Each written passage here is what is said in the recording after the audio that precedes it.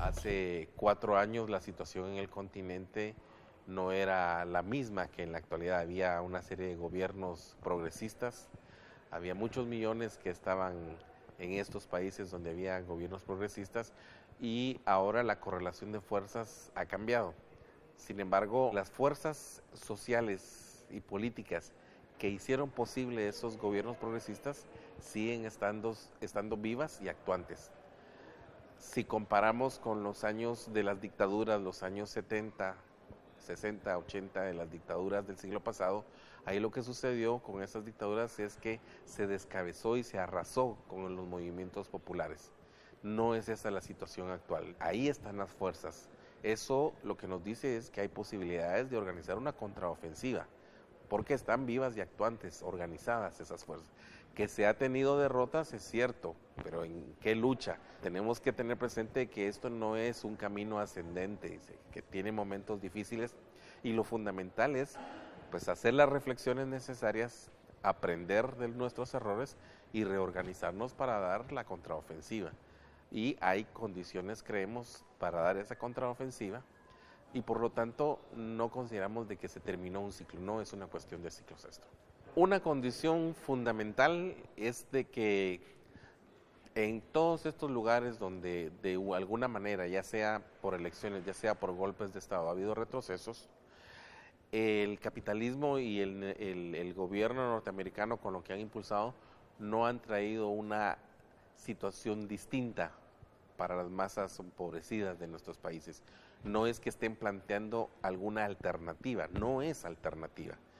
Las contradicciones fundamentales se siguen manteniendo y no está significando mejoras en la vida, no es el estado de bienestar como en un tiempo lo hicieron en Europa para poder frenar la lucha de los movimientos socialistas, sino es más bien más opresión, más exclusión, más depredación de la naturaleza. Entonces eso nos dice que las poblaciones de nuestros países tienen razones por las cuales luchar, tienen razones objetivas por las cuales luchar. Creo que una de las grandes reflexiones que nos da esta etapa es que el modelo de democracia que se ha instaurado y que se ha impuesto en el mundo y que de alguna forma en nuestros países lo hemos seguido, ese modelo de democracia no da para más. Es un modelo que ha demostrado su agotamiento y que se hace necesario replantearse cuál es el nuevo modelo de democracia que tenemos que construir. Y el replantearse ese nuevo modelo de democracia implica incluso revisar hasta la misma institucionalidad del Estado, porque la institucionalidad que heredamos es la institucionalidad del sistema capitalista, de los estados-nación que nacieron con el liberalismo. Y eso es lo que está en cuestión. Eso es precisamente lo que hay que revisar.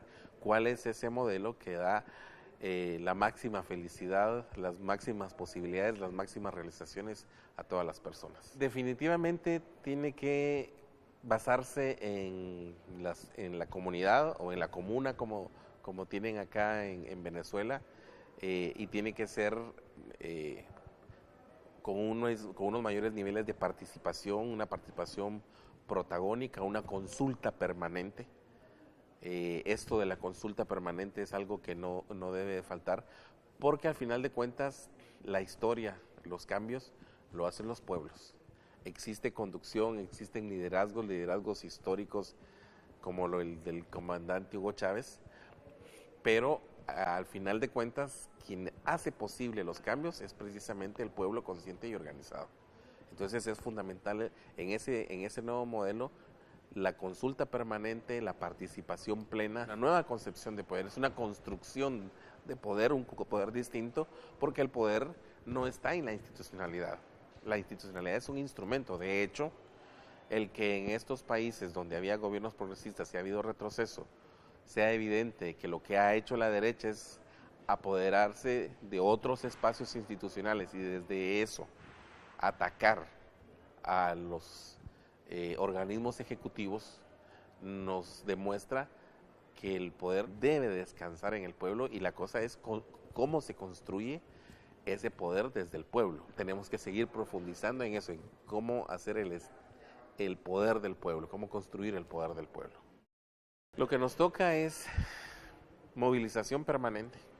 No podemos permitir que la derecha se adueñe de las calles. Ese es nuestro campo de batalla fundamental, movilización permanente, mayor profundización de la conciencia, y tenemos que jugar las organizaciones un papel en ir desarrollando esa mayor profundización de la conciencia, mayor unidad, el poder construir nuevos niveles de unidad y de conciencia, y enfrentar al imperialismo, enfrentar al capitalismo en todos los planos, porque a veces hay algunos planos que les dejamos.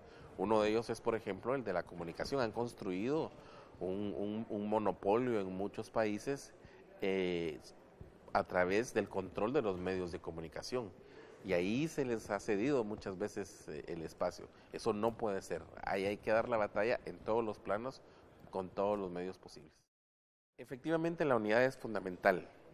La unidad no es fruto de hacer muchos llamados a la unidad, porque a veces creemos que haciendo muchos llamados a la unidad, eso va a construir unidad.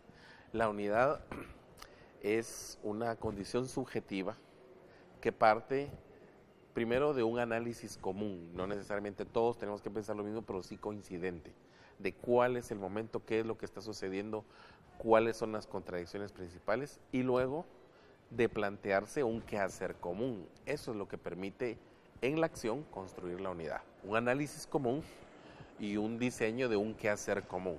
Entonces, tarde o temprano, en el accionar, en la lucha, nos vamos a encontrar.